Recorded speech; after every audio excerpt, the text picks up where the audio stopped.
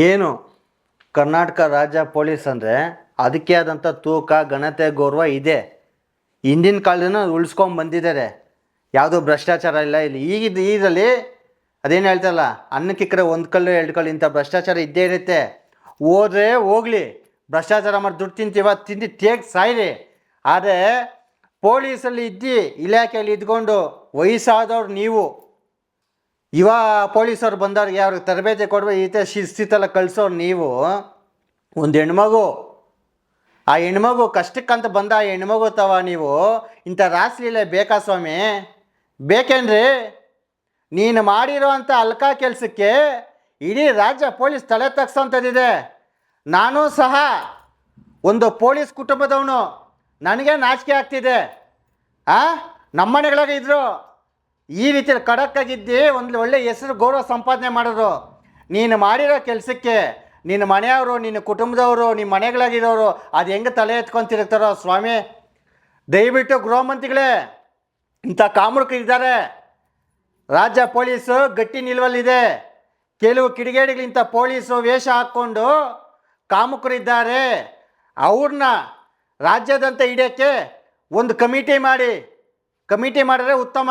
ಇಂಥವ್ರನ್ನ ಬೆಳಕಿಗೆ ಬರಬೇಕು. ಯಾರೋ ಮೂರನೇವನ್ನ ಹಿಡಿದಾಗ ನೀವು ಸಸ್ಪೆಂಡ್ ಮಾಡೋದು, ಇನ್ನೊಂದು ಮಾಡೋದು ಇರಲಿ, ಆಯಿತಾ? ಇಂಥವ್ರನ್ನ ಹಿಡಿಬೇಕಂದ್ರೆ ನೀವೊಂದು ಕಮಿಟಿ ಮಾಡಿ. ಇಂಥವ್ರ ಭ್ರಷ್ಟಾಚಾರನ ಇಂಥ ಲೈಂಗಿಕ ಕಿರುಕುಳ ಕೊಡೋರಿಗೆ ಒಂದು ಕಮಿಟಿ ಮಾಡಿ. ಭ್ರಷ್ಟಾಚಾರಕ್ಕೆ ಮಾಡಿದ್ದೀವ ಲೋಕಾಯುಕ್ತ, ಇಂಥದ್ದೇನೋ ಒಂದು ಮಾಡಿ. ಅವಾಗೇ ಇಂಥ ಸದೆ ಬಡಿಯೋಕ್ಕಾಗಂಥ ಕಳ್ಳರೆಲ್ಲ ಆಚೆಗೆ ಬರೋದು.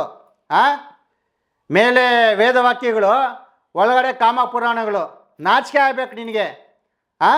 ನಿನ್ನೆ ನಂಬ್ಕೊಂಡು ಇಡೀ ಪೊಲೀಸರೆಲ್ಲ ಇರ್ತಾರಲ್ಲ, ಅವ್ರ ಗೌರವ ಕಲ್ತಿದ್ಯಾ ನೀನು. ನಾಚಿಕೆ ಗಿಡಿನ ಸಂಗತಿ ಇದು.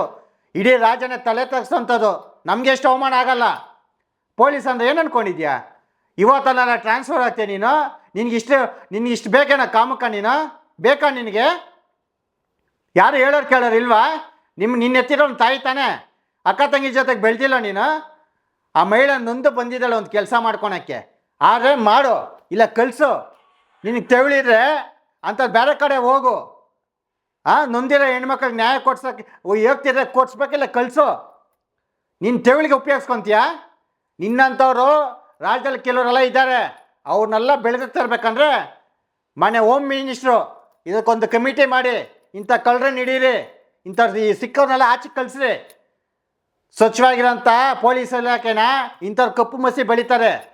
ಅಂಥದ್ದು ಮುಂದಕ್ಕೆ ಆಗಬಾರ್ದಂದ್ರೆ ಎಚ್ಚೆತ್ಕೊಳಕ್ಕೆ ಇಂಥದ್ದೊಂದು ಕಮಿಟಿ ಮಾಡಿ. ಮಹಿಳಾ ಆಯೋಗ ಏನು ಮಾಡ್ತಿದೆ? ಎತ್ತಿ ಇದನ್ನು.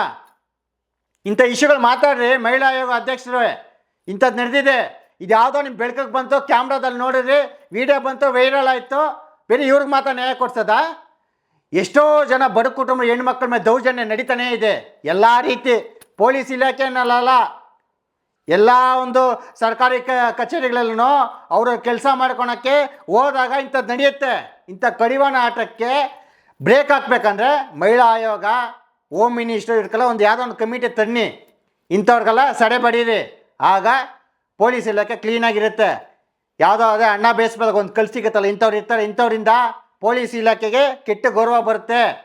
ಗೌರವ ಉಳಿಬೇಕಂದ್ರೆ ನೀವು ಎಚ್ಚೆತ್ಕೊಳ್ಬೇಕು. ಸರ್ಕಾರ ಎಚ್ಚೆತ್ಕೊಂಡು ಇದಕ್ಕೊಂದು ಕಮಿಟಿ ಮಾಡಿ ಇಂಥ ಕಾಮುಕರಿಗೆಲ್ಲ ಬೆನ್ನತ್ತಿ ಸದೆ ಬಡ್ದು ಮೂಲೆ ಕುಣಿಸ್ರಿ ಅಲ್ವಾ? ಅವಾಗ ಇನ್ನೊಬ್ರಿಗೆ ನೀವು ಸರ್ಕಾರ, ಇನ್ನೊಬ್ರಿಗೆ ನ್ಯಾಯ, ಬಡವ್ರಿಗೂ ನ್ಯಾಯ ಸಿಗೋದು. ಕಣ್ಣು ಕಾಣೋದು ಒಂದೇ ವಿಡಿಯೋ ಇಲ್ದಿದೆ ಸುಮಾರು ಮೇಲೆ ದೌರ್ಜನ್ಯಗಳು ನಡೀತಾನೆ ಇರ್ತದೆ. ಅದು ಬಯಲ್ಗಿಳಿಬೇಕಂದ್ರೆ ಸರ್ಕಾರ ಗಟ್ಟಿ ನಿಲ್ಲು ತೊಗೊಬೇಕನ್ನೋಕೆ ಹೇಳೋಕೆ ಇಚ್ಛೆ ಪಡ್ತೀನಿ.